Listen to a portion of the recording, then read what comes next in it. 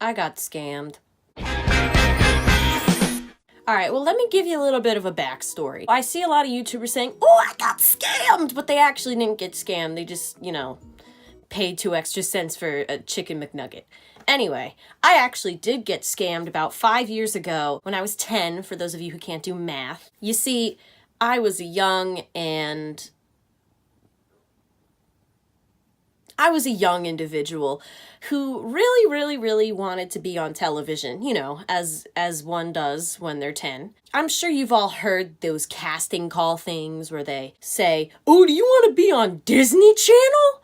Does your kid want to be on Dog with a Blog and talk to this celebrity? Insert celebrity here. We heard one of those on the radio one day on the way home from a soccer game. My mom turned to me and she said, Andrew, you want to be on TV? And I said, yeah, why not? So what she did is she picked up her phone and called the number. She said, hi, I have a question about the casting thing. And they were like, yeah, all you gotta do is just fill out this form, answer these questions, and come to the conference room at a Holiday Inn. So she answered the questions, pretty basic stuff, you know, age, gender, name, race, things like that, you know. It's a casting call, that's what you answer. So we get to this big convention hall almost. It wasn't even a conference room. This place was massive. So we walk in and there's like tons of rows of chairs and everybody's sitting there talking to each other about how much their kid wants to be in this show and wants to do this and wants to do or whatever. And it wasn't just for acting either. It was like an all call for modeling and dancing and singing and whatever. We got in and they gave us this form to fill out and they gave me a script. We filled out the form, you know, just to see who I was, and I read the script and I practiced it. So the thing that they were looking for is people who actually read their script and memorized it and didn't, you know, read off of it directly. So I sat there the whole time looking over the script. I don't even remember what it was for. What was it for? I think it might have been for bubblegum or something. So I was reading this thing for bubblegum, and everybody around me is like, oh, I'm gonna be on Dog with a Blog. I'm gonna be in a Disney catalog. I'm gonna be a model. And I'm sitting there like, well, that's cool. But what if you don't get it? And then their parents would be like, oh, they're gonna get it. Janie here has practiced all night. Practice all night for what? We didn't get the script until we got there. This is the really crazy part. We're sitting there talking and then this woman walks up. She says, well, we all have a surprise for you. A celebrity's here. So we were like, oh, is it Jennifer Aniston? Oh, is it another celebrity that I can think of off the top of my head? But in actuality, it was just the nanny from Jessie.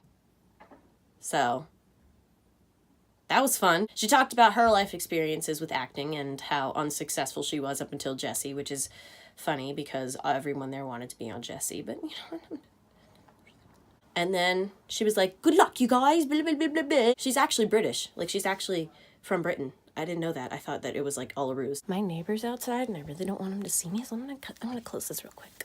Jesus, how long does it take to take out the recycling? So after she was done talking, we all walked back to this desk, and whichever part of the conference room you were sitting in, you got a different desk person.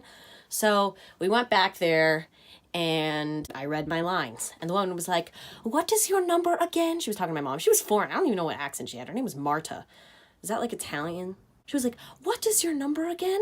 And she like wrote down my mom's phone number and circled it a bunch of times. And then we went to New Jersey because I think it was my aunt's friend's birthday. So we just went to New Jersey just to go. She had this huge house, by the way, but that's another story for another time. So I'm sitting there, you know, by the pool, and my mom gets this phone call, and she's like, we want your son back to come back for callbacks. Yeah, that's exactly what they said. So she tells me, she's like, I have some news. And I said, oh, no, I didn't get accepted. She was like, no, you did. They want a callback. So I was like, I had a little mini stroke and a seizure at the same time. I was excited. I told everybody, I said, I might be on TV. And everybody's like, what part? I don't know. The next day, we drove back down to Pennsylvania and they gave me another script and I read my lines and they said they really liked me and they wanted to hear me sing, which I refused to do on camera. They said they really liked my voice. They were piping my head up. Like, they were saying that I was like one of the best actors they've seen all day and that my singing voice was superb. So what they did is they sat us down at a table and they said, why should we hire you an agent? And I said, well, you know, I